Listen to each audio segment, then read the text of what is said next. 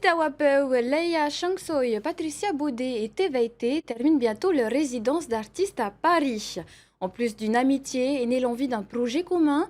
Elles ont donc préparé ensemble une exposition intitulée Elles étaient une île, ainsi qu'une œuvre commune. Nos correspondants Camille Châtillon et Julien Sartre les ont rencontrés. Voyager avec son art depuis l'Océanie jusqu'en Europe présente quelques contraintes. Du coup, comme il fallait prendre l'avion, etc., je cherchais un moyen d'aider. Donc du coup, je me suis rabattue sur du papier et j'ai travaillé avec l'encre de Chine, chose que je faisais déjà un petit peu à Tahiti. Donc là, j'ai un peu développé le concept en faisant des grandes estampes et je me suis fait des petits amis totems. Patricia Baudet n'est pas venue seule.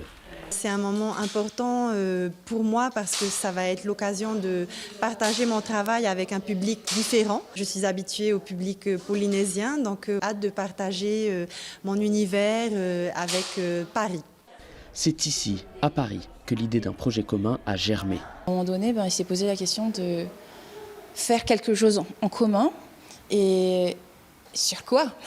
Au début, on avait pensé faire sur la femme, et du coup, c'est sur la femme. Notre identité, en fait, en tant qu'ilienne, quoi. Ilienne, femme et engagée. En 2022, on en était toujours au même point. On était toujours dans une espèce de femme idéale, un peu chinoisée, etc.